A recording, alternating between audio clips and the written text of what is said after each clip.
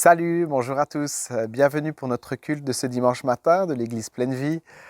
Nous sommes heureux d'être ensemble. Oh qu'il est doux pour les frères, oh qu'il est bon pour les frères de demeurer ensemble, nous dit le psaume 133. Parce que c'est là que l'Éternel donne sa bénédiction et la vie pour l'éternité. C'est vraiment donc super parce que nous sommes connectés ensemble. Nous sommes tous animés par le même esprit et c'est le même nom de Jésus qui nous rassemble. Même si nous sommes dans nos foyers, il est au milieu de nous. Et nous nous réjouissons d'être ensemble. Nous voulons mettre Dieu à l'honneur, nous voulons nous soumettre aussi à lui. Et c'est en introduisant ce culte que j'aimerais vous parler de la crainte de Dieu, que nous venions vers Dieu avec un cœur qui est préparé à le voir, à le recevoir. Un cœur qui ne vient pas simplement banalement, comme n'importe quelle autre situation de notre vie, mais que vraiment nous ayons conscience de qui est Dieu, de qui nous nous approchons, de qui nous louons ce matin. Et nous allons lire le psaume 111 pour cela. Le psaume 111 qui dit « Louez l'Éternel. Je célébrerai l'Éternel de tout mon cœur, dans l'intimité des hommes droits et dans la communauté. Les œuvres de l'Éternel sont grandes, recherchées par tous ceux qui y prennent plaisir. Son action est éclat et magnificence, et sa justice subsiste à jamais. Il a laissé un souvenir de ses merveilles. L'Éternel fait grâce, il est compatissant. Il a donné de la nourriture à ceux qui le craignent, il se souvient à toujours de son alliance. Il a révélé à son peuple la puissance de ses œuvres et en lui livrant l'héritage des nations. Les œuvres de ses mains, ce sont la vérité et le droit. Toutes ses ordonnances sont dignes de foi, à toujours inébranlable, faite avec vérité et droiture. Il a envoyé la libération à son peuple. Il a promulgué pour toujours son alliance. Son nom est saint et redoutable. Le commencement de la sagesse, c'est la crainte de l'Éternel. Ils ont du bon sens tous ceux qui s'en inspirent, et sa louange subsiste à jamais. Voilà, que nous puissions être sages et que la crainte de l'Éternel soit pour nous une bonne motivation ce matin. Et je vous invite d'ailleurs, sur le plan personnel, à partager un message que j'ai pu suivre cette semaine de Samuel Peter Schmidt sur la crainte de Dieu. Vous pourrez facilement le trouver sur YouTube dans votre culte personnel. Je vous y encourage fortement. Place maintenant à la louange et que notre cœur puisse être préparé. Et pour cela, je vous invite à la prière. Seigneur, tu es Dieu. Tu es Dieu et tu es bien au-dessus de moi et de mes pensées. Je veux ce matin venir m'agenouiller devant toi et humblement te dire merci pour qui tu es. Et humblement te soumettre ma louange, ma reconnaissance, mon adoration, car toi seul en es digne, Seigneur. Alors je ne suis même pas digne de prononcer ces mots devant toi, dans ta présence, mais tu as ouvert un chemin et un passage pour que je puisse être dans ta présence en Jésus-Christ, qui me pardonne, qui nous pardonne de nos péchés encore ce matin. Nous les soumettons à toi, Seigneur, et nous venons tels que nous sommes, humblement, sachant que tu nous accueilleras, parce que tu es bon et fidèle. Au nom de Jésus, merci de bénir l'Assemblée, Seigneur, dans son ensemble, et tous ceux qui se connectent avec notre culte ce matin. Merci de les bénir et de les trouver dans leur situation, Seigneur Jésus. Amen. Voilà. Donc, je vous laisse dans les mains de l'équipe de louange. À tout de suite. Amen. Bonjour frères et sœurs. Bonjour. Voilà, donc on se retrouve encore une nouvelle fois pour célébrer notre culte à la gloire du Seigneur. Et nous sommes heureux encore de nous réunir avec chacun d'entre vous ce matin, quoique distant. Et nous implorons réellement le Seigneur par son esprit de nous permettre de passer un réel temps dans sa présence. Amen. On va prendre ce premier chant qui dit « De mon Seigneur, j'aurai la grâce de chercher encore ses vastes desseins. De mon Seigneur, j'aurai la force de marcher encore sur le même chemin. » Puissions-nous le prendre et par la suite nous prendrons le temps un peu de partager courtement la pensée que nous avons à cœur pour ce temps de louange. Amen. Amen.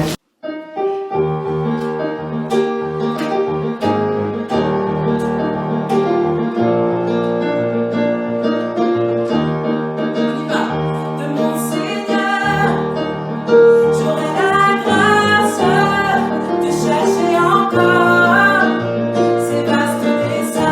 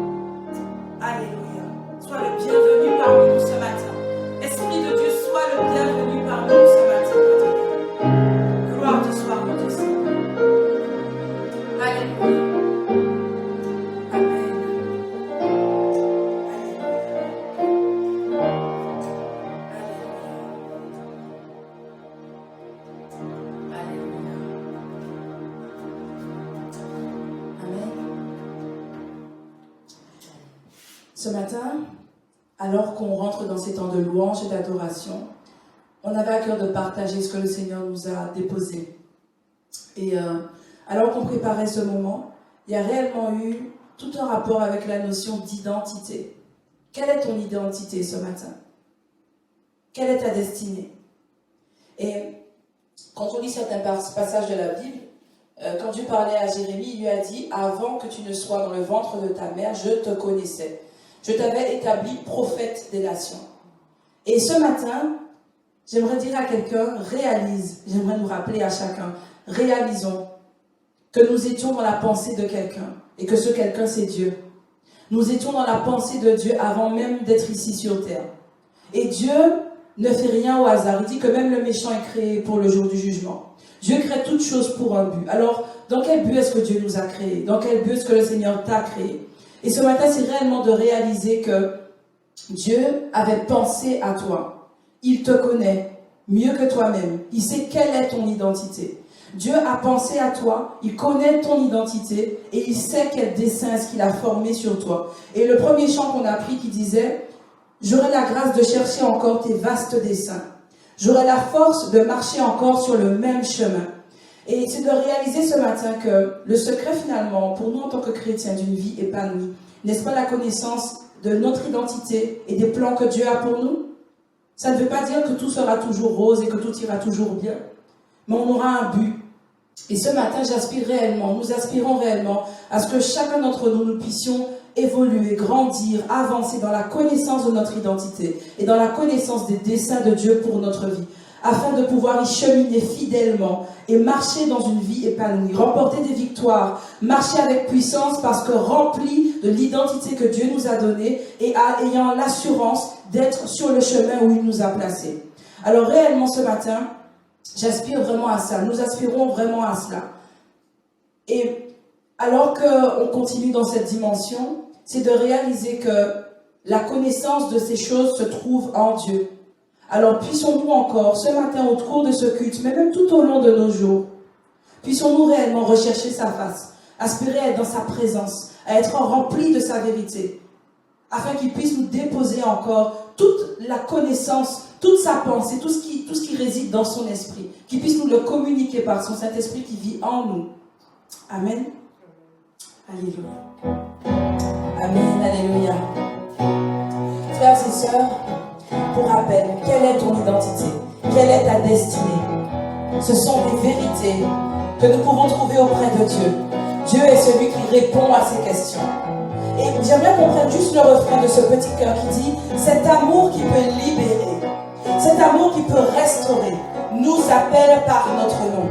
Ce Dieu qui créa tout l'univers, ce Dieu qui va mourir au calvaire, celui-là nous appelle par notre Dieu, par notre nom, pardon. Dieu nous connaît. Nous sommes enfants de Dieu. Et avec ce statut, nous bénéficions de tellement de promesses. Nous avons des plans, une destinée que Dieu a conçue pour nous d'avance. Allons là à cette recherche. Allons chercher cela auprès de lui. Et que nous puissions réellement considérer en chantant ce chant, il m'appelle par mon nom. Il t'appelle par ton nom. Amen. Alléluia. Oh, oh, oh.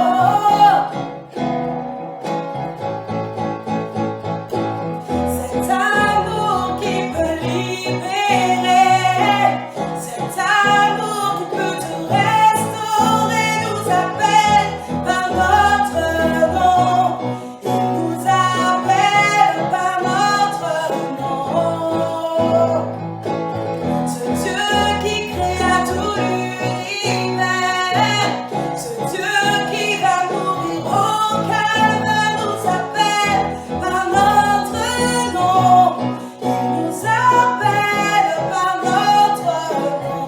Cet amour, cet amour, cet amour qui peut libérer, cet amour qui peut restaurer, nous appelle par notre nom. Il nous appelle par notre nom. Ce Dieu qui créa tout l'univers, ce Dieu qui créa tout l'univers, ce Dieu qui va mourir au calvaire, nous appelle par notre nom. Il nous appelle par notre nom. Alléluia. Merci Seigneur pour l'identité que tu nous as donnée. Tu nous appelles par notre nom, donc tu nous connais. Viens nous révéler la vérité de qui nous sommes, au-delà de ce qu'on pense parfois être, Seigneur Dieu. Viens nous révéler la vérité, Seigneur. Alléluia. Nous voulons encore chanter ce chant. Cet amour qui peut libérer, cet amour qui peut restaurer, nous appelle par notre nom. Dieu nous appelle par notre nom. Ce Dieu qui créa tout l'univers, ce Dieu qui va mourir au calvaire, nous appelle par notre nom. Tu nous appelles par notre nom. Tu nous appelles par notre nom. Tu nous appelles par notre nom. Dieu t'appelle par ton nom. Et Dieu t'appelle par ton nom. Alléluia, Seigneur. Gloire te soit rendue.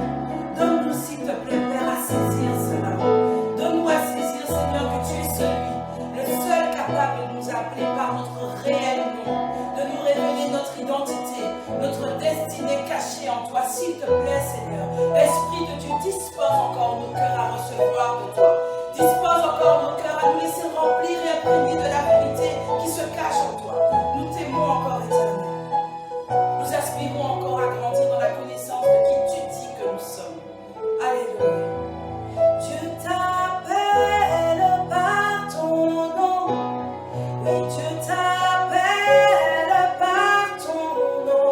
Dis, Dieu m'appelle par ton nom. Chante-le, oui, Dieu m'appelle.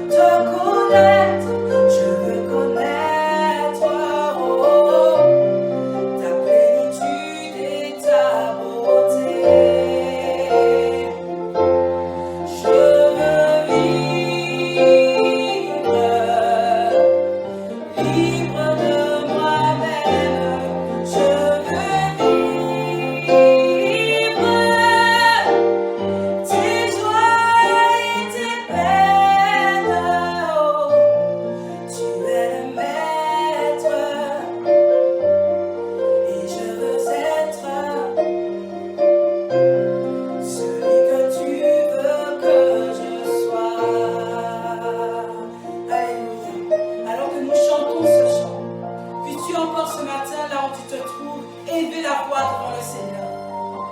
C'est un moment de cœur à cœur avec Dieu. Puisses-tu encore te laisser remplir, envahir de sa pensée ce matin. Et que réellement tu puisses accepter de te disposer pleinement à sa volonté pour ta vie. Qui es-tu? Quelle est ton identité? Quelle est ton identité? Quelle est ta destinée? Pose ces questions à Dieu encore ce matin. Puisse-t-il encore te renouveler dans sa vérité, afin que tu puisses te sentir rempli, envahi de ton identité, que tu puisses grandir dans la connaissance des desseins que Dieu a pour ta vie, que tu puisses vivre libre de toi-même et rentrer pleinement encore dans celui que Dieu veut que tu sois. Alléluia. Alléluia. Alléluia. Oh Éternel, déclare encore que Dieu est ton maître ce matin. Dis-lui encore, tu es le maître, Seigneur. Tu es le maître, Seigneur. Tu es mon maître, Seigneur. Dis-lui ce matin qu'il est ton maître, que tu acceptes de te soumettre encore à sa volonté. Alléluia. Alléluia. Reprenons ce chant encore. Tu es le maître de tout mon être. Je bénirai ta sainteté.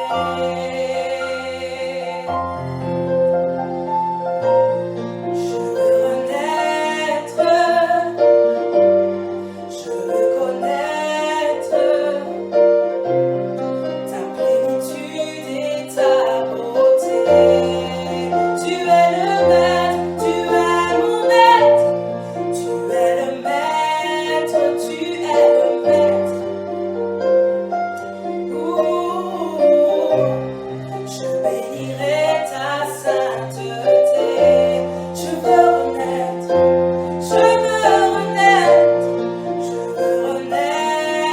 je veux renaître, je veux connaître, ta plénitude et ta beauté.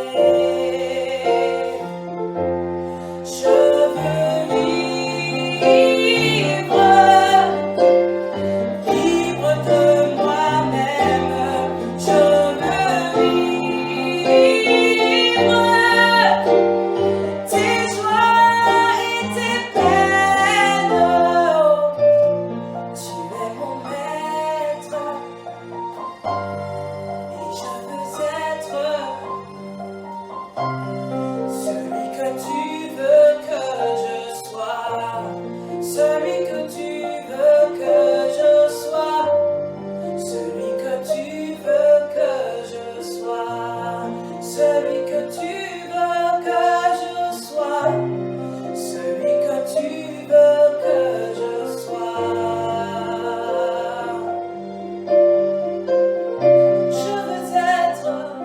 Je veux être Seigneur. Je veux être celui que tu veux que je sois.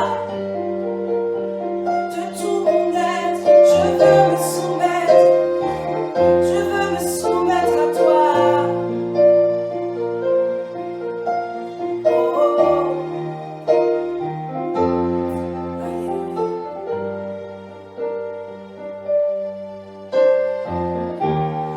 Celui que tu veux que je sois.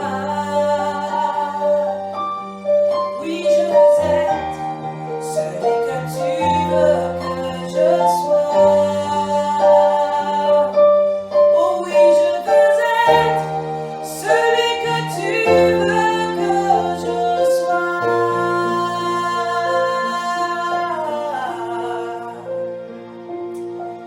Alléluia. Gloire à ton nom, Seigneur. Loué soit ton nom, Seigneur.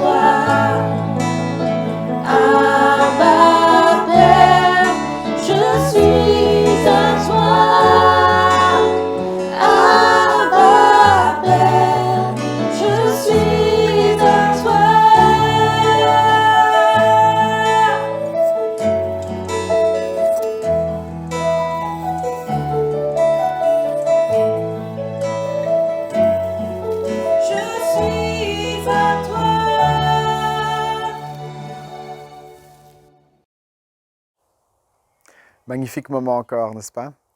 Super. Les enfants, j'espère que vous étiez là. Vous avez aussi apprécié ce moment de louange. Vous participez avec nous. J'en suis sûr. Je vous félicite d'ailleurs pour votre fidélité à Jésus. Et sans plus attendre, d'ailleurs, il y a une petite surprise pour vous.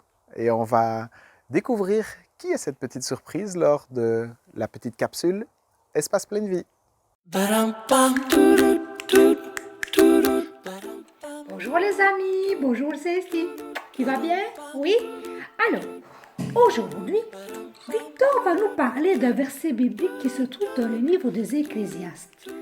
Alors, il est dit au verset 3, tout ce qui se produit dans le monde arrive en son temps. Qu'est-ce que ça veut dire ce verset biblique-là, Célestine? Explique-moi un peu. Dieu n'a pas fait les choses n'importe comment. Il l'a fait avec beaucoup de discernement. Je ne comprends pas ce mot-là, Célestine. Ça veut dire quoi? Explique-moi un petit peu. Dieu a fait tout cela avec amour en choisissant le bon moment. Je ne comprends pas, tu sais, je n'ai pas encore compris tout. Donne-moi un exemple. Allô? Dieu a créé le jour avec le soleil et il a créé la nuit avec la lune et les étoiles. Lorsque le soleil se lève, je me lève, je vais travailler, c'est ça que tu veux dire? Je vais à l'école et les animaux et la nature se lèvent aussi. Et lorsque je vais faire dodo, eh bien apparaît la lune et les étoiles. C'est le moment d'aller se reposer. C'est ça que tu peux m'expliquer? Tu imagines, vous imaginez les amis, si Dieu, il avait tout mélangé et qu'il y aurait des moments de nuit et de jour en même temps, on ne saurait pas quand c'est le bon moment pour aller faire dodo et quand c'est le moment de se reposer et de se lever. Ah, voilà ce que ça veut dire. Dieu a fait ça avec son amour. Il a réfléchi. Eh bien, j'ai compris maintenant. Il y a un moment pour se lever, pour travailler, et il y a un moment pour aller dormir et se reposer. C'est ça. Ah, voilà, j'ai compris. C'est le discernement de Dieu. Alors, ça veut dire que c'est tout ce qui est bon pour nous. C'est ça le discernement. Merci Célestine. Je suis vraiment contente, j'ai compris. J'espère que vous avez bien compris aussi, les amis. Mais je voulais vous inviter à prendre encore vos couleurs, vos feuilles de papier et de nous vous envoyer vos dessins. Essayez de dessiner comment Dieu a fait le soleil, la lune. Nous faisons des beaux dessins de soleil, de lune, d'étoiles. Mais c'est pas tout. Aujourd'hui, on a un message tout particulier. Tu sais pourquoi? Parce qu'aujourd'hui, c'est la fête des mères. Alors aujourd'hui, on voulait envoyer un message tout particulier à toutes les mamans. On voulait remercier de tout notre cœur pour tout ce qu'elles font pour nous. Les mettre à l'honneur aujourd'hui. Alors, bonne fête toutes les mamans. On sait que on est loin, on est éloigné, mais on est vraiment tout près dans votre cœur. Et vous comptez beaucoup pour nous. Alors, soyez bénis et en attendant, on se retrouve une prochaine fois. Je vais laisser la place à Victor pour le message. Au revoir les amis. Merci Célestine, merci beaucoup Annie, on apprécie beaucoup ce que vous nous avez partagé encore ce matin. C'est vraiment fantastique et il y a encore quelques petits partages qui vont vous faire plaisir, je pense, à tout un chacun. On va prendre plaisir à les écouter tout de suite.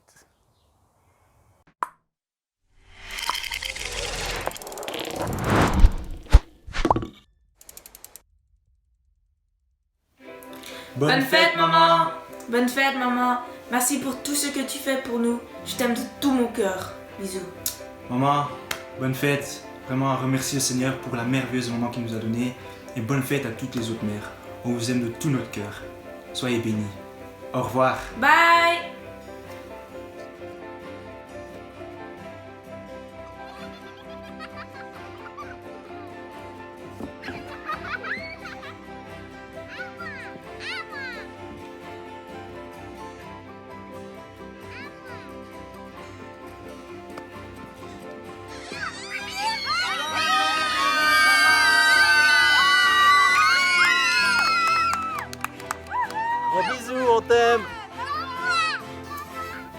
Bonne fête à toutes les mamans. Bonne fête à ma maman, qui est la meilleure des conseillères. Elle est ouverte et pleine d'amour à partager avec tout le monde. Elle est aussi unique et aime surtout unir les gens. Elle est importante comme toutes les mamans bien entendu, mais pour moi, c'est un modèle. Elle est sage, sensible, simple. Elle est aussi très engagée, que ce soit dans sa foi, dans son couple et dans sa famille. Bonne fête à toutes les mamans! Bonne fête maman, loin des yeux mais proche du cœur. À très bientôt, bisous. Maman, Képi. Coucou ma petite maman. Mais voilà, c'est vrai que ce sont des moments particuliers, mais nous ne voulions pas oublier ce jour très important qui est la fête des mamans. Et on voulait te dire qu'on pense bien fort à toi, que tu es vraiment courageuse et que tu nous manques beaucoup. On t'aime gros comme ça. Bonne fête maman! Bonne fête belle maman! Aujourd'hui est un jour spécial pour toutes les mamans et plus particulièrement pour la nôtre. Et nous voudrions dire bonne fête maman! Coucou maman! Donc voilà, on voulait juste te souhaiter une bonne fête des mères. On espère vraiment que tu vas passer une très bonne journée. On t'aime, on te fait des gros bisous. Bisous!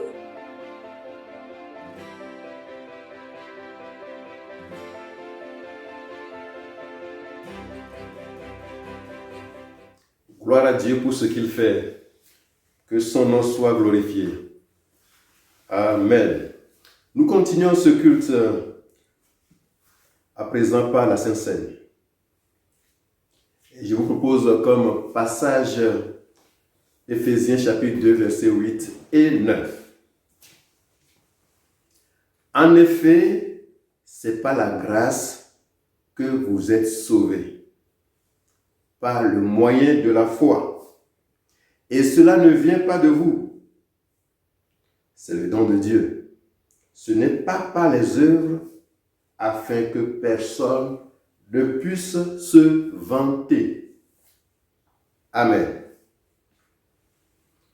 Le sacrifice de Christ que nous sommes en train de vouloir commémorer par ce partage des emblèmes nous rapproche plus que toute autre chose.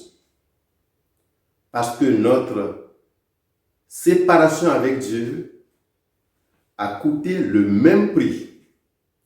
Que ce soit le criminel de la société connu de tous ou un monsieur tout le monde, tous ceux qui sont passés par le salut, tous ceux qui ont bénéficié du salut en Christ, l'ont eu au prix identique. Et c'est pour cela que finalement, en prenant ce pain et ce vin, nous nous rapprochons les uns des autres parce que nous avons coûté le même prix à notre Seigneur.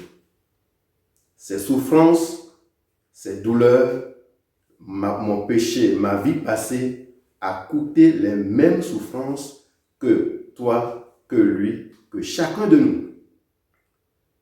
Parce que ce n'est pas par les œuvres. Ce n'est pas en proportion d'une faute, non. La Bible déclare que tous ont péché et sont privés de la gloire de Dieu. Donc, où que nous soyons aujourd'hui, quelle que soit notre culture, quel que soit notre parcours, quel que soit notre rang social, une fois que nous avons eu la grâce d'être sauvés, d'être chrétiens, nés de nouveau, mais c'est que cela a coûté le même prix. Voilà pourquoi je suis très heureux de savoir que finalement nous sommes pareils, nous sommes semblables, parce que notre séparation avec Dieu a coûté le même prix.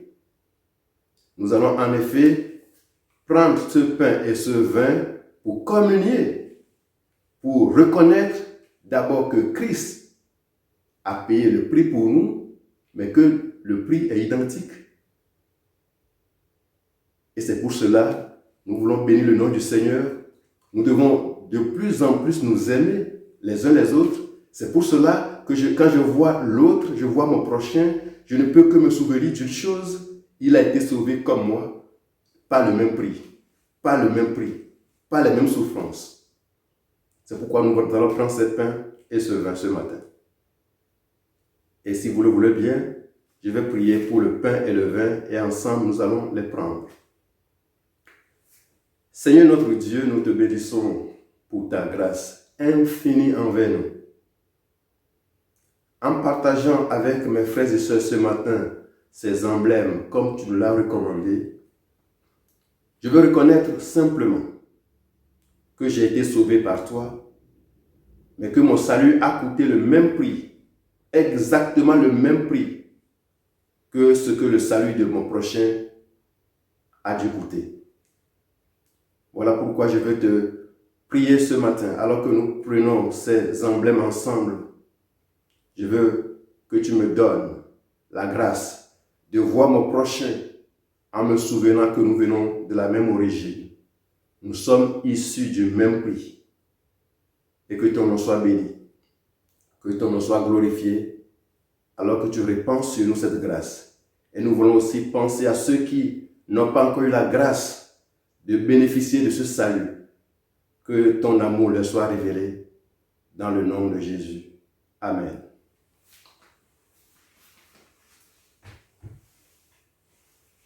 Et nous pouvons ensemble prendre chacun, où que vous soyez, ce pain qui symbolise le corps brisé de notre Seigneur Jésus.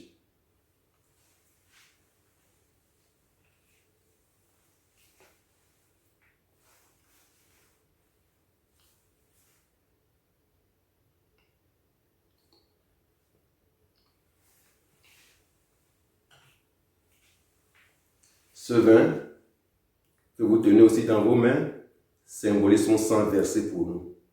Et je le répète, le même prix.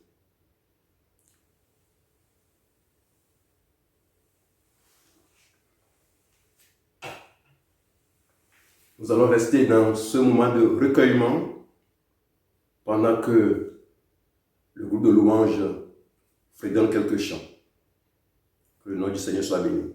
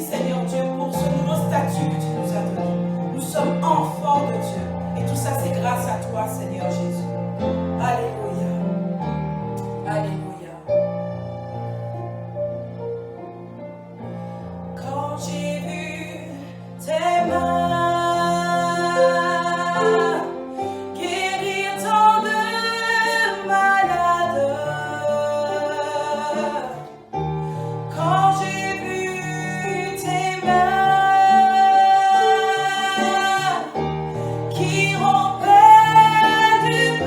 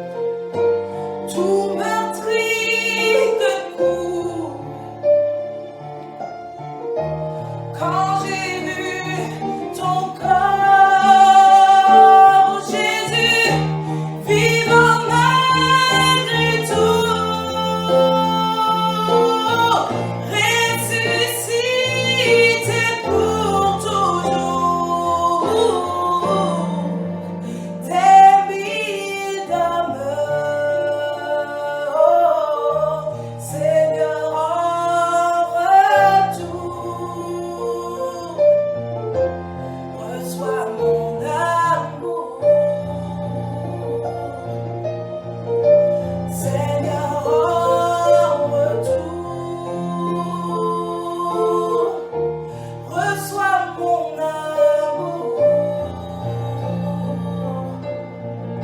Seigneur, en retour, reçois mon amour. Alléluia. Ce culte, c'est aussi l'occasion pour nous d'apporter nos offrandes et nos dîmes dans la maison de Dieu. Vous avez la possibilité de procéder par virement sur le compte qui s'affiche en bas de votre écran. Et nous vous remercions déjà pour votre participation et votre générosité pour l'œuvre du Seigneur. Je vais prier et rendre grâce à Dieu pour cette occasion qu'il nous offre de participer à son œuvre. Seigneur, nous te bénissons parce que nous savons que tout nous vient de toi. Et merci pour ces mains. Oui, Seigneur, merci pour ces offrandes que nous t'apportons en signe d'amour, en signe de reconnaissance. Nous te prions de les bénir et de bénir les responsables afin qu'ils soient orientés dans sa gestion, Seigneur. Nous te louons pour ta fidélité. À toi ce soit la gloire. Amen. Le moment aussi est venu pour nous d'écouter la parole de Dieu. Et nous avons le privilège aujourd'hui d'écouter notre pasteur. Je laisse la place à M. Caserta Victor, le pasteur de notre église, pour nous apporter la parole de Dieu. Que le Seigneur vous bénisse. Amen. Eh bien, je vous salue chaleureusement, frères et sœurs. Bonjour à tous.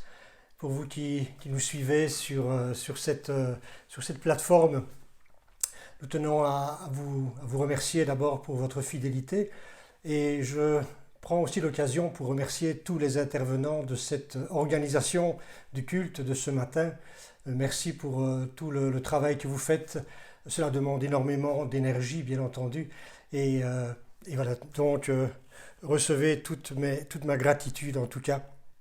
Et j'aimerais me joindre aussi à ceux qui ce matin ont mis les mamans à l'honneur et souhaiter aussi une bonne fête à toutes les mamans, mais j'aimerais aller plus loin et non seulement penser aux mères, mais aussi à toutes les grand-mères, à toutes les filles, à toutes les jeunes filles, bref, à toutes les dames, parce que c'est votre fête, mesdames, aujourd'hui, et mesdemoiselles.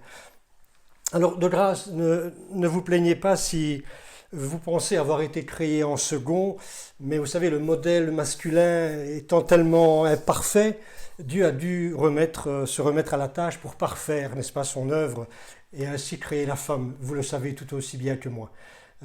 Donc, vous êtes superbe, et je bénis Dieu pour l'œuvre que vous faites, pour tout ce que vous pouvez opérer au sein de la communauté, au sein de vos familles. Voilà, je pense avoir gagné quelques points ce matin. Alors, comme toute fête s'accompagne d'un cadeau, eh bien, je ne peux pas, bien sûr, me rendre chez chacune d'entre vous, mais je tenais simplement, voilà, de manière symbolique, à vous offrir ce présent, ce pot avec cette belle fleur blanche. Alors puisse-t-elle être pour vous une source de bénédiction, une source d'encouragement. Je ne pourrai malheureusement pas vous l'offrir de manière propre, mais je l'offrirai à celle qui vous symbolise, à savoir ma femme. Voilà, Chantal. Voilà, bonne fête à chacune. Alors, c'est vrai qu'il y a un temps, n'est-ce pas, pour les embrassades, et il nous tarde de pouvoir de nouveau nous prendre dans les bras les uns les autres. Cela nous manque, mais il y a un temps pour les embrassades, et puis il y a un temps voilà, pour ne pas s'embrasser en quelque sorte. Vous voyez ce que je veux dire par là. Et il y a un texte dans la Bible d'ailleurs qui parle de cela, et j'aimerais revenir sur le texte que l'on trouve dans le livre de l'Ecclésiaste. Le terme Ecclésiaste traduit le mot Kohelet qui signifie celui qui s'adresse au peuple, tout simplement. Un livre plein de sagesse. Et voilà ce que dit ce texte dans le chapitre 3, le verset 1er, en rapport d'ailleurs avec le temps. Il nous est dit ceci: « Il y a un temps pour tout et un moment pour toute chose sous le soleil. Il y a un temps pour naître et un temps pour mourir, un temps pour planter et un temps pour arracher le plant, un temps pour tuer et un temps pour soigner les blessures, un temps pour démolir et un temps pour construire. Il y a aussi un temps pour pleurer, un temps pour rire, un temps pour se lamenter et un temps pour danser, un temps pour jeter des pierres et un temps pour en ramasser, un temps pour embrasser et un temps pour s'en abstenir. Il y a un temps pour chercher et un temps pour perdre, un temps pour conserver et un temps pour jeter, un temps pour déchirer et un temps pour recoudre, un temps pour garder le silence et un temps pour parler, un temps pour aimer et un temps pour haïr, un temps pour la guerre et un temps pour la paix. Voilà une sorte de, je dirais, de comptine de poèmes, de chants qui comportent 14 parallèles, 14 parties qui soit se complètent, soit s'opposent l'une à l'autre, 14, 2 fois 7, le chiffre bien sûr de la plénitude. Et nous voyons que dans le début de ce texte, il nous est dit qu'il y a un temps pour tout. Donc il existe un temps chronologique, un temps réel, un temps mesurable, qui s'égrène en quelque sorte seconde après seconde. Mais juste après, il nous est dit qu'il existe des moments. Il y a un temps pour tout, mais il y a aussi un temps pour chaque chose sous le soleil. Donc ce sont des moments. C'est un autre mot qui est utilisé pour le terme temps. Mais ce mot, définit davantage les moments, c'est-à-dire les temps favorables, les opportunités, les occasions, les saisons que l'on retrouve d'ailleurs tout au long de notre existence et qui en constituent la matière vivante. Alors tantôt nous subissons ces moments et tantôt nous les saisissons. Il y a un temps pour embrasser, mais il y a aussi un temps pour s'éloigner des embrassements. L'important, c'est de faire toute chose en son temps. Donc, il y a un temps optimal pour chaque chose. Et ce qui est important, c'est de savoir en quel temps nous sommes aujourd'hui, dans ces temps tout à fait particuliers. Et il y a un beau verset dans la parole de Dieu qui fait référence à une des 12 tribus d'Israël, c'est la tribu d'Issachar. Il est dit dans le livre des Chroniques au chapitre 12, le verset 32, il est dit ceci, une phrase tout à fait particulière et qui ressort du texte, c'est qu'il y avait des fils d'Issachar qui, ayant l'intelligence des temps pour savoir ce que devait faire Israël. Autrement dit, il y avait à l'époque une tribu, ici il est parlé de 200 chefs, tous leurs frères sous leurs ordres, donc toute une cohorte de personnes qui savaient discerner comment Israël devait agir en fonction des circonstances présentes. Dans le contexte, David est en train de prendre de plus en plus d'ampleur dans le territoire d'Israël.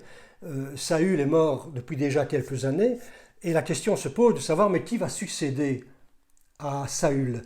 Et très probablement serait-ce David, mais dans les différentes tribus, ils n'ont pas tous le même avis. Mais quoi qu'il en soit, il nous est dit que la tribu d'Issachar avait une intelligence et une capacité, une sagesse qui leur conférait la capacité de pouvoir déterminer les temps dans lesquels ils étaient. Autrement dit, de pouvoir savoir déjà que le choix de David serait le meilleur. Ils avaient discerné que l'avenir appartenait à David. Un sens, je dirais, de l'opportunité, un sens, une capacité d'adaptation, une capacité de rebondir dans une situation particulière. C'est une sorte de sagesse intuitive, quelque chose qui nous est inspiré par le Saint-Esprit et qui permet de discerner les temps et de savoir quelle orientation il faut prendre. Vous savez, savoir discerner en quel temps nous sommes fait partie des prérogatives du chrétien qui possède en lui et qui est rempli du Saint-Esprit. C'est un don, on ne sait pas comment cette tribu, je reprends les termes, la tribu d'Issachar. On ne sait pas comment ils avaient pu développer, comment ils avaient acquis cette réputation. Mais pour nous qui avons l'Esprit Saint, eh bien cela est conféré à tout un chacun.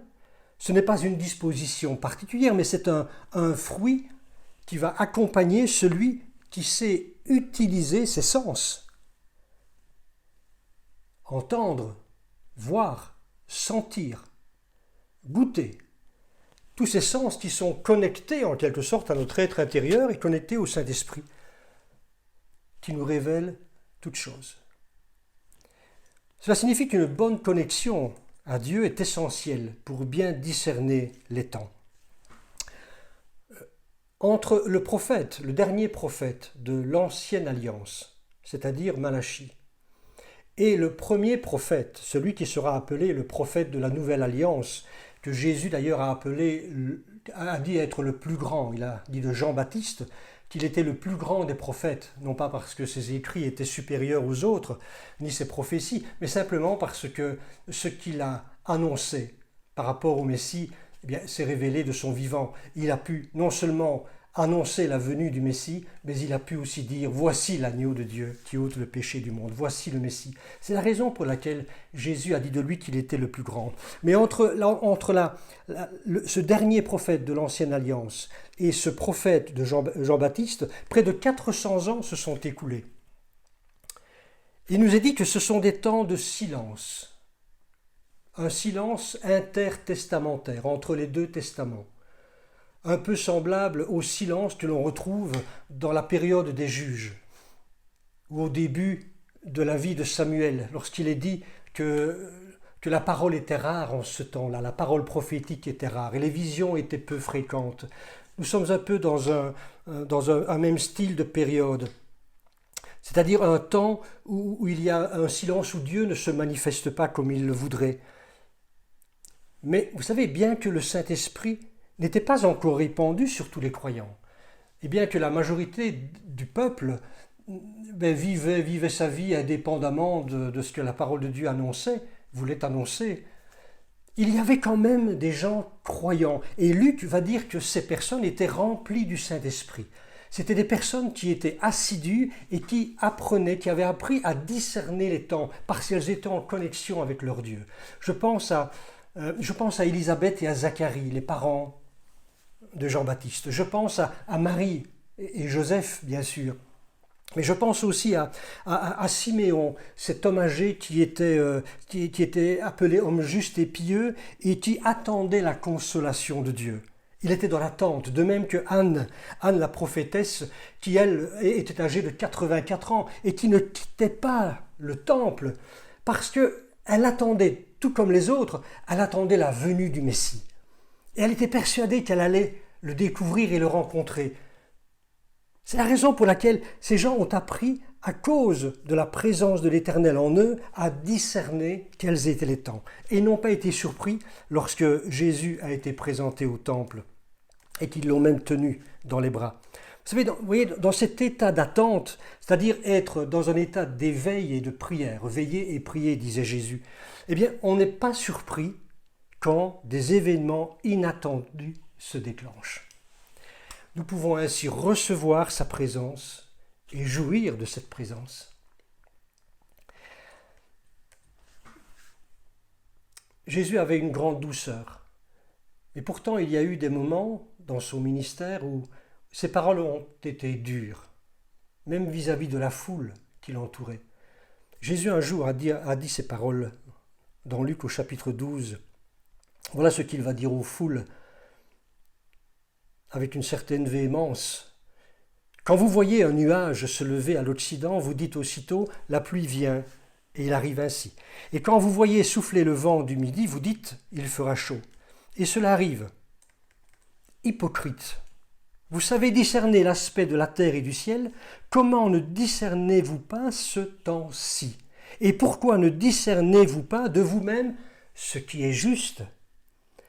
Le terme « discerner » signifie savoir séparer, savoir faire des choix, savoir en quelque sorte séparer ce qui est de l'ordre du visible de ce qui est de l'ordre de l'invisible.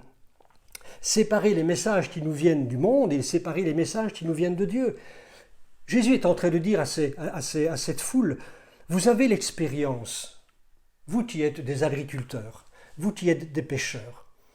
Vous savez par expérience, par acquis éducatif, parce qu'on vous l'a enseigné, parce que vous l'avez vécu au travers de vos expériences, de votre travail. Vous savez, n'est-ce pas, discerner quand il va faire bon, quand il faut planter, quand il faut arroser, quand il faut récolter, quand il faut pêcher. Vous savez toutes ces choses, parce que la nature vous les révèle.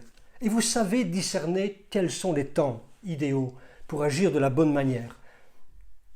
Mais, dit-il, vous êtes hypocrite parce que vous ne parvenez pas à discerner en quel temps nous sommes. Vous me voyez agir, vous me voyez annoncer la parole, vous me voyez enseigner avec une autorité que vous n'avez jamais vue, constatée auparavant. Et pourtant, vous ne reconnaissez pas le royaume de Dieu qui est au milieu de vous en cet instant. Jean-Baptiste l'a prophétisé, et pourtant je suis là et vous ne me voyez pas. Vous n'acceptez pas qui je suis. Il ne parvenait pas à discerner le temps de sa présence. Alors bien aimés, écoutez ceci, Dieu n'est pas étranger au temps que nous vivons aujourd'hui. Vous savez, rien ne se passe dans tous les événements de l'univers sans que Dieu quelque part en soit l'auteur, hormis le péché, bien évidemment. Mais le temps que nous vivons aujourd'hui, c'est un moment favorable qu'il nous faut saisir. C'est d'ailleurs Paul qui dira au chapitre 6 de la seconde aux Corinthiens, « Au temps favorable je t'ai exaucé, au jour du salut je t'ai secouru. Voici maintenant le temps favorable. Voici maintenant le temps idéal. Voici maintenant pour toi le jour du salut. » Il y a un terme d'ailleurs pour ce mot favorable, idéal, en grec qui se dit kairos. D'ailleurs, c'est le temps que l'on trouve dans le livre de l'Ecclésiaste, de Qoéleth, que nous avons lu tout à l'heure. Il y a un temps chronos pour tout, un temps qui s'égrène seconde après seconde, mais dans ce temps, il y a un moment, il y a des moments, et ces moments s'appellent des kairos, c'est-à-dire des moments favorables, des moments particuliers. Et on peut dire que chaque élément de la création possède son kairos. Dieu lui-même a un kairos. Lorsque Dieu a décidé, à un moment donné, de l'histoire, avec un grand H, que le Big Bang se manifeste, si vous croyez dans le Big Bang, je ne m'y oppose pas du tout, au contraire. Mais à un moment donné précis, l'univers est né. À un moment donné précis, au moment kairos de Dieu, au moment où Dieu l'a décidé, l'univers est rentré dans sa matière, est rentré en jeu en quelque sorte. Le moment que Dieu avait choisi. Et il en est de même pour le moment où il a soufflé de son esprit sur ce tas de poussière qui allait constituer l'être vivant, l'homme, la femme. C'était un moment kairos voulu de Dieu depuis toute éternité. Ce n'est pas un hasard. Ce n'est pas un hasard si Dieu a décidé à un moment donné de faire naître à partir d'Abraham un peuple qui serait et qui deviendrait son peuple. C'était le moment kairos de Dieu. C'était aussi le moment kairos de Dieu lorsque il a permis à ce que Jésus, son fils, Jésus, fils de Dieu, vienne sur terre et s'incarne. C'était au moment idéal, c'était le moment opportun dans l'histoire des hommes. Il fallait qu'à un moment donné le Messie vienne, c'était le moment kairos de Dieu. De la même manière, c'est le moment kairos lorsque toi, tu es né, lorsque tu es venu sur cette terre. Ce n'est pas le hasard qui a fait que. Il a fallu un père, il a fallu une mère. Mais derrière cela, il y avait le kairos de Dieu. Il y avait le temps idéal pour toi. Et de la même manière, c'est aussi un temps kairos qui a permis à ce qu'un jour tu le découvres, Jésus-Christ. C'est lui qui t'a cherché. Ce n'est pas toi qui le cherchais, mais il est venu à ta rencontre et là tu as décidé de le suivre. C'était un temps kairos. Dieu a son temps. Et de la même manière, nous pouvons dire que que Jésus, le Fils de Dieu, lui aussi avait son kairos, et il était attentif à cela. Lorsque sa maman va dire à Jésus, écoute, dans ce mariage à Cana, il n'y a plus de vin, il est temps pour toi de faire quelque chose, viens en aide à ce couple qui est désemparé parce qu'il n'y a plus de vin. Et Jésus dit à sa mère, souvenez-vous, femme, autrement dit, dame, ce n'est pas un terme péjoratif, loin de là, mais qu'y a-t-il entre toi et moi? Ce n'est pas encore pour moi le temps kairos, le temps d'agir. De la même manière, lorsqu'il devra se rendre au chevet de son ami Lazare qui est malade, et là on le presse, Jésus, ton ami est malade, il est temps pour toi d'aller auprès de lui parce que tu as, n'est-ce pas, en toi cette puissance, cette force pour le guérir, tu peux le guérir, mais Jésus dit, ce n'est pas encore le moment. Et lorsqu'il ira, Lazare est mort, mais c'était le kairos de Jésus pour accomplir quelque chose de plus grand qu'une guérison, mais une résurrection. Il y a un kairos pour chaque membre, pour chaque création de Dieu. Même la création immatérielle, il nous est dit dans le psaume 104 que le soleil sait quand il doit se coucher et il sait quand il doit se lever. Même les animaux ont une horloge biologique, une sorte d'instinct qui leur permet, comme on voit dans Jérémie au chapitre 8, le verset 7, il est dit ceci, même la cigogne, elle connaît dans les cieux son temps kairos, sa saison. La tourterelle, l'hirondelle, la grue observent le temps de leur arrivée. Mais oui, mon peuple ne connaît pas la loi de l'Éternel. Mon peuple n'est pas capable de discerner les temps. Autrement dit, il n'est pas capable de connaître le moment où j'agis. Et je dirais que même le diable et les démons ont leur propre kairos. Ils ont un temps favorable pour agir. Après avoir tenté Jésus, il nous est dit que le diable s'éloigna de lui jusqu'à un moment kairos, jusqu'à un moment favorable. Alors si tous les organes qui constituent la création et Dieu lui-même ont un kairos, alors a fortiori, n'en est-il pas aussi de même pour nous? Donc il y a un moment pour nous sous le soleil pour accomplir telle ou telle action. Et chacun a un kairos différent en fonction de la saison de sa vie. Ce qui est important, et là écoutez-moi bien, c'est peut-être le cœur du message, c'est celui-ci, c'est que très souvent on me pose la question, pasteur, c'est quoi la volonté de Dieu pour moi? Qu'est-ce que la volonté de Dieu? À quel moment est-ce que je dois accomplir la volonté de Dieu? Alors ma réponse à la lumière de ce que je viens de dire est celle-ci. La volonté de Dieu, eh bien c'est la coïncidence entre le kairos de Dieu, c'est-à-dire le temps favorable où Dieu va agir, et ton propre kairos, c'est-à-dire le temps qui t'est favorable à toi, ton temps. Et lorsque les deux temps, quelque part, coïncident, alors nous pouvons appeler cela la volonté de Dieu. Faire la volonté de Dieu, c'est agir en fonction du temps que Dieu met devant nous, que Dieu nous accorde. Il y a un temps et un moment pour chaque chose sous le soleil. Il y a un temps pour se taire. Je reprends ces textes du Qoéleth. Un temps pour se taire et un temps pour parler. Il est peut-être temps aujourd'hui davantage de se taire que de parler. Il y en a beaucoup qui parlent, beaucoup de faux prophètes qui lancent beaucoup d'élucubrations à gauche et à droite. Il ferait mieux de se taire. C'est un temps pour se taire. Si quelqu'un doit parler, c'est Dieu. Mais peut-être est-ce pour toi aussi un temps pour te taire, c'est-à-dire te mettre à l'écart, un temps pour réfléchir à ta vie, un temps pour reconsidérer ses voies, un temps pour contempler l'Éternel. Vous savez, le sabbat, ce n'est jamais qu'un temps de repos, c'est un temps qui nous est donné pour contempler l'Éternel et ses magnificences, ses beautés, sa création, un temps pour nous poser, loin de la vie trépidante, loin du brouhaha de la vie. On se repose un instant. Et permets-moi de te dire que peut-être ce temps de confinement est pour toi un temps de ressourcement, un temps pour te détendre dans le Seigneur. Et j'aime ce mot « détendre ». Vous savez, j'aime cette histoire de...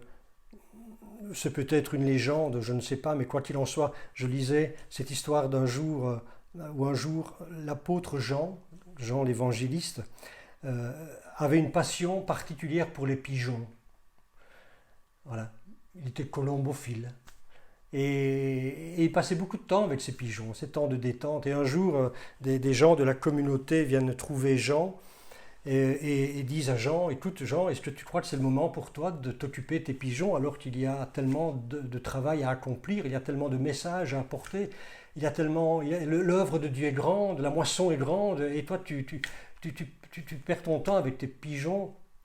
Et puis Jean de dire à son ami qui avait un arc autour du cou, il lui a pris son arc, il lui a dit, regarde ton arc, la corde est détendue, pourquoi?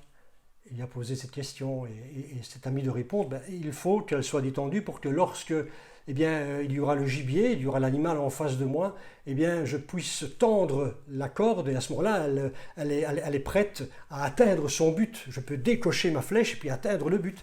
Et dit, il en est de même pour moi, tu vois. Je suis en train de me détendre pour que lorsque le moment sera favorable, lorsque le temps sera kairos, je pourrai moi aussi décocher ma flèche et atteindre le but. Nous sommes peut-être dans des temps, tu es peut-être dans un temps où il te faut te détendre dans le Seigneur pour redevenir efficace, efficient lorsque tu reprendras une vie, je dirais, normale. Arrêtez, dit la parole de Dieu, arrêtez, dit Dieu, et sachez que je suis Dieu, je domine sur les nations, je domine sur la terre. C'est peut-être pour toi quelqu'un d'autre, c'est peut-être pour toi le temps de planter, c'est-à-dire le temps de semer, le temps d'évangéliser. Mais pasteur, comment est-ce que tu veux qu'on évangélise en plein confinement? Ce n'est pas possible, on n'a plus véritablement de contact. Pourtant, le Seigneur nous invite à continuer à poursuivre le travail missionnaire. Nous savons par exemple aujourd'hui qu'il y a un développement de la vente des Bibles. Magnifique, n'est-ce pas, dans un temps de confinement. Pourquoi? Peut-être tout simplement parce que les gens sont plus réceptifs. Vous savez, dans les temps, entre guillemets, apocalyptiques, dans les temps de grandes épreuves, de grandes afflictions, où ce monde est bouleversé, les gens se posent des questions. Les gens se tournent vers Dieu. Les gens réfléchissent, n'est-ce pas, à la fin du monde, et ils sont dans des questionnements existentiels. Et la plupart du temps, et beaucoup se tournent d'ailleurs vers les religions, vont se tourner vers Dieu, vont se tourner vers la lecture de la Bible, afin de pouvoir peut-être trouver des réponses à leurs questions. Alors c'est vrai que beaucoup viendront à l'Église, je pense. Vous savez, du temps de David Wilkerson, c'est ce qu'il racontait. Je pense que dans l'année 2000, lorsque les tours se sont effondrées, il a écrit ceci, juste après, les églises, les communautés chrétiennes se sont remplies. Elles étaient pleines à craquer. Parce que les gens étaient, pour beaucoup, convaincus que quelque chose allait arriver dans ce monde. Peut-être le retour de Jésus, qui sait. Et les églises étaient pleines. Mais quoi qu'il en soit, quelques mois après, de nouveau, les églises se sont plus ou moins vidées. Preuve en est que très souvent le côté émotif permet d'accrocher certaines personnes. Mais Dieu permet ces événements. Et même s'il n'y en a qu'un seul, qu'une poignée qui reste, gloire à Dieu, n'est-ce pas? Peu importe les circonstances, Dieu utilise toutes les circonstances pourvu que son royaume s'établisse et grandisse. Donc c'est peut-être encore le moment pour nous, pour toi, d'évangéliser. Et mets-toi devant le Seigneur afin qu'il te révèle comment tu peux encore toucher les âmes aujourd'hui. Il y a tellement de moyens qui sont à notre disposition. C'est peut-être un temps aussi pour arracher les mauvaises herbes. Un temps pour planter peut-être, mais aussi un temps pour arracher. Et je parle de mauvaises habitudes ici. Un temps de confinement est peut-être une période appropriée pour nous débarrasser de certaines vicissitudes de la vie, de certaines addictions, de certaines manies, de certaines habitudes que nous avons et qui sont néfastes à notre vie et qui détruisent peut-être notre corps, notre âme, peut-être même notre esprit. Peut-être y a-t-il eu pendant ce temps de confinement des nouvelles habitudes qui sont nées chez toi. Et il faut les arracher. Il n'y a pas longtemps d'ici, le printemps est là, donc je travaille un peu dans mon jardin. Et j'avais fait un beau petit parterre là-bas. Et puis à un moment donné, en passant par là, j'ai vu que dans ce beau parterre, il y avait une herbe mauvaise. J'ai voulu la ramasser, l'enlever, mais bon, mon problème de dos m'empêchait à ce moment-là de le faire. Je me suis dit, c'est pas grave, je reviendrai lorsque j'irai mieux. Quelque temps plus tard, je suis repassé par là, j'allais mieux, de nouveau, la petite brindille était là. J'ai voulu l'arracher, mais oh, elle était bien implantée. Il m'était impossible de l'enlever à main nue. J'ai dit, je reviendrai avec un outil. Je n'avais pas d'outil sous la main à ce moment-là. Je reviendrai plus tard avec un outil pour t'arracher. Et lorsque je suis revenu quelque temps plus tard, j'ai essayé avec un petit outil, mais ce n'était pas possible. Il a fallu que j'utilise la bêche parce que la petite brindille avait fait des racines. Et il était devenu impossible à main nue de l'enlever, du moins pour moi. Vu mon grand âge, vous comprenez bien, n'est-ce pas? Mais quoi qu'il en soit, il a fallu un outil castard. Il a fallu un outil qui abîme mon parterre.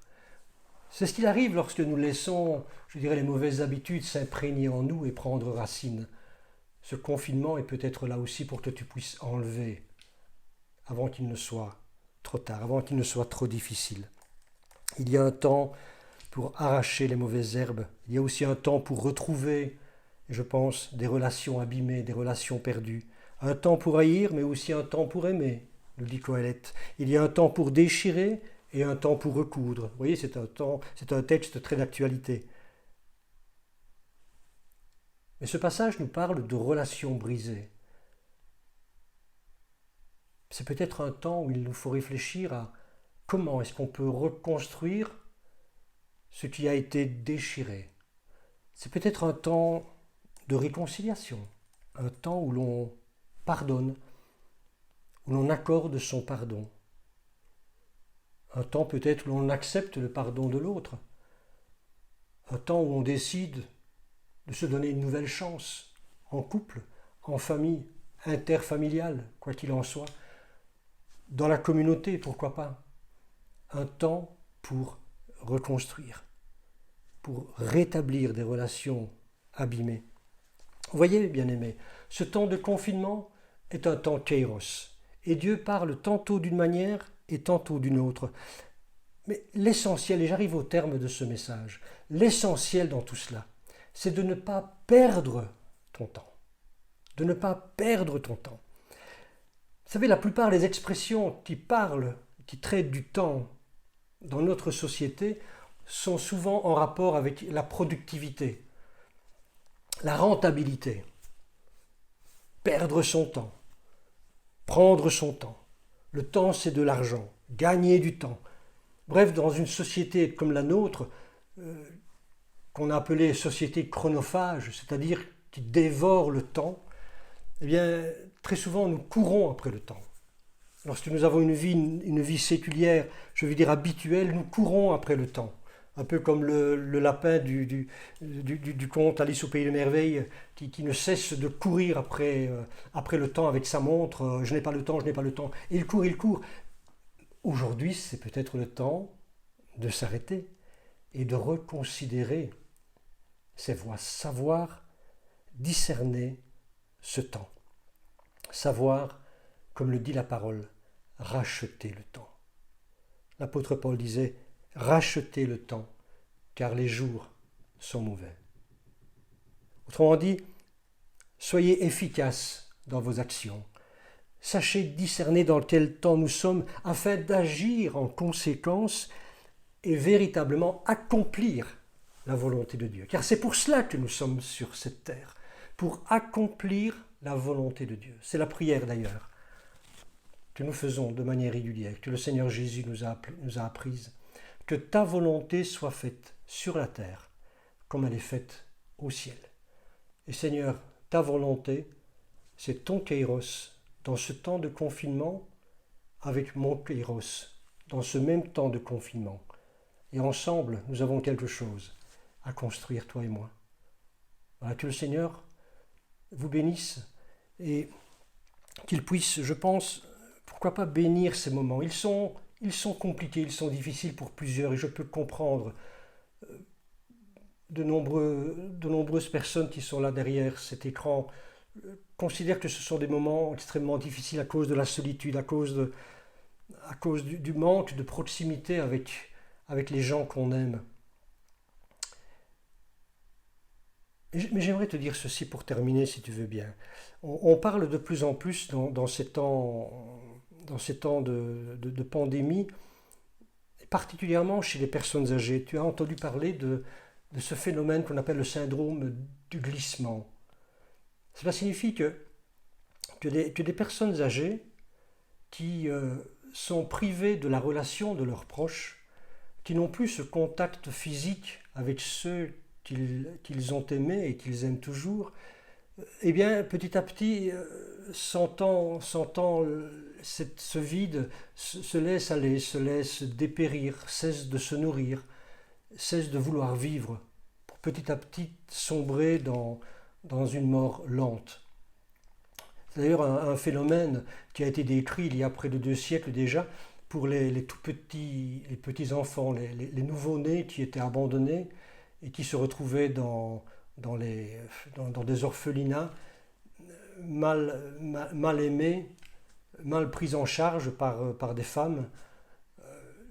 Et puis petit à petit, ces bébés cessaient de s'alimenter pour finir par mourir, et ils sont morts en grande quantité. Et je dis, ce phénomène de glissement que nous voyons actuellement, nous pouvons aussi vivre ce glissement que l'on pourrait appeler un glissement spirituel, où petit à petit on ressent que la présence de Dieu se fait, du Père, la présence du bon berger se fait de plus en plus rare. Nous ne la ressentons plus. Nous n'avons plus cette attention, nous ne ressentons plus cette proximité. Nous nous sommes éloignés de lui, de sa parole, de ses enseignements, et nous avons l'impression de vivre de plus en plus une sorte de solitude intérieure, un vide intérieur. Bien-aimé, fais attention, méfie-toi, parce que tu es peut-être en train de glisser progressivement vers un abandon. Non pas que Dieu t'abandonne, mais si tu abandonnes petit à petit le Seigneur, sache que la mort est toujours possible. Ce n'est pas la volonté de Dieu. Mais sois prudent, veille, prie, reprends des engagements fermes, remets-toi devant le Seigneur, et que ces temps de confinement soient pour toi non pas des temps où tu t'enfonces de plus en plus dans le glissement, mais où tu te relèves, tu te redresses en criant à l'Éternel qui est bon et qui est fidèle. Amen. Que son nom soit béni. Nous allons terminer, si vous voulez bien, par la prière.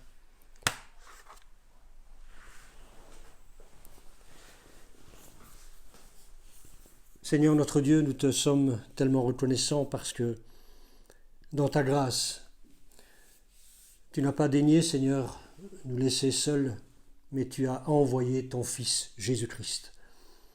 Nous pouvons dire aujourd'hui que nous ne sommes plus seuls.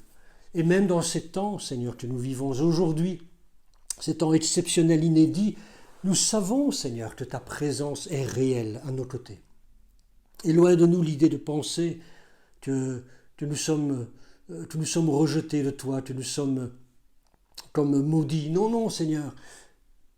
Nous voulons considérer aussi que ce temps que tu permets, ou que tu produis, doit nous aider, Seigneur, à nous rapprocher de toi, à retrouver les balises, à retrouver une manière de vivre qui te plaise.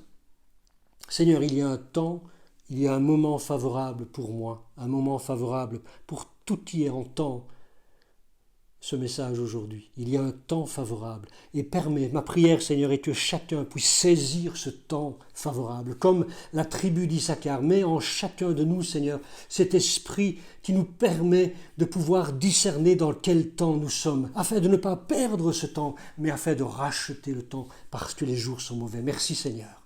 Et je te bénis parce que toi-même, tu es à l'œuvre pour parler à l'un, pour parler à l'autre.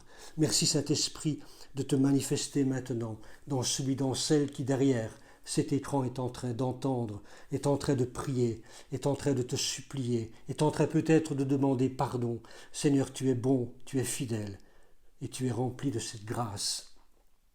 Merci Seigneur encore de te manifester aujourd'hui. Dans le nom de Jésus-Christ, nous avons prié. Merci Seigneur. Amen. Amen. Seigneur, je prie particulièrement pour celui ou celle qui est dans cet état de glissement spirituel.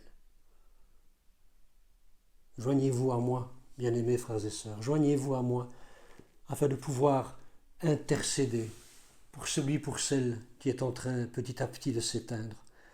Seigneur, nous croyons, tu as dit dans ta parole que tu n'éteindrais pas le lumignon qui fume encore. Tant qu'il y a, Seigneur, une petite étincelle, alors tu es celui qui va souffler non pas pour l'éteindre, mais pour la rallumer. Nous croyons, Seigneur, maintenant, que tu fais cette œuvre de grâce, cette œuvre de bénédiction dans mon frère, dans ma sœur, qui est en train de s'éteindre. Que ton nom soit béni pour lui et pour elle. Tu la ranimes dans le nom de Jésus-Christ. Tu donnes la vie, Seigneur, à celui qui n'a pas encore la vie, à celui qui n'a pas encore fait une rencontre personnelle. Que ces temps, Seigneur, de confinement soient pour ces personnes un temps où il te découvre, un temps où il apprend à découvrir la vérité de l'Évangile. Tu es le chemin, tu es la vérité, tu es la vie. Et nul ne vient au Père que par toi. Sois béni, mon Dieu, mon Père, dans le nom de Jésus-Christ, et pour ta seule gloire. Amen. Amen. Voilà, bien-aimés. Je vous laisse et je vous dis à très bientôt. Que le Seigneur vous bénisse. Merci Victor. Merci pour la parole que tu as partagée et nous prions que le Saint-Esprit nous guide vraiment à comprendre ce qu'il a voulu nous communiquer à chacun ce matin. J'aimerais partager les rencontres qui auront lieu la semaine prochaine. Lundi à 10h, il y a le temps de connexion prière avec Antoine, alors que mardi et vendredi, le temps au cœur de la Bible, un temps de partage autour de la parole de Dieu qui sera animé par notre pasteur Victor. Le jeudi aura lieu le temps de connexion prière avec Jean-Pierre. Alors j'annonce aussi que la rencontre Connexion Louange aura lieu la semaine prochaine et non pas cette semaine. Le vendredi également, l'équipe Pleine Vie accompagnera les enfants de la communauté et d'ailleurs à suivre un petit culte pour eux. Et on se réjouit déjà de découvrir cette nouvelle capsule enfant. Voilà, n'hésitez pas à nous suivre via les réseaux Facebook, via YouTube. Nous sommes disponibles également pour vous aider à être connectés à ces différentes rencontres si vous en aviez besoin. Je souhaite à mon tour un très bon dimanche et une belle fête des mères à toutes les mamans de la communauté, à ma maman, à mon épouse et à toutes les mamans d'ailleurs du monde, mais vous particulièrement là qui nous voyez ce matin, vous êtes les meilleures mamans. Donc une bonne fête à vous et je vous souhaite un très bon dimanche. À bientôt. Bye bye.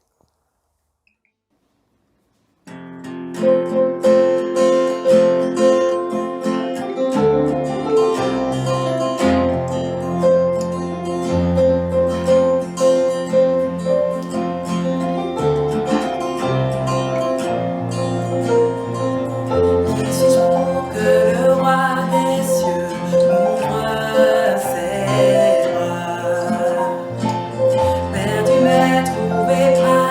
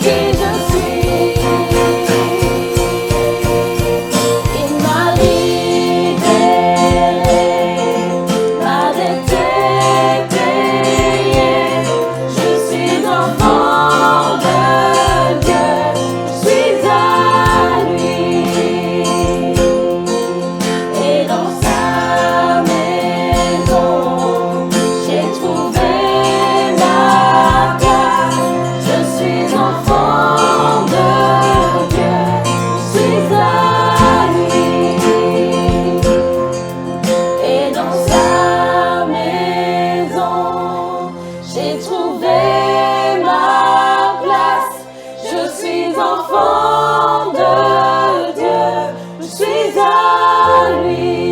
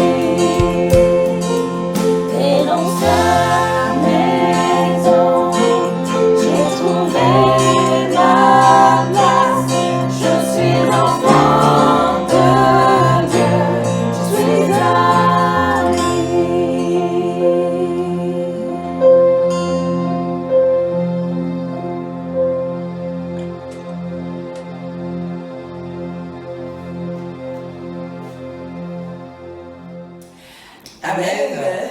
Voilà, on arrive à la fin de notre culte. Et n'oubliez pas, le Seigneur est celui qui nous donne notre identité, qui nous révèle quelle est notre identité et qui nous révèle quelle est notre destinée. Alors puissons-nous encore tout au long de la semaine et les jours durant aspirer, rentrer dans cette quête, qui je suis et quelle est ma destinée. Amen. Bon dimanche. Bon dimanche.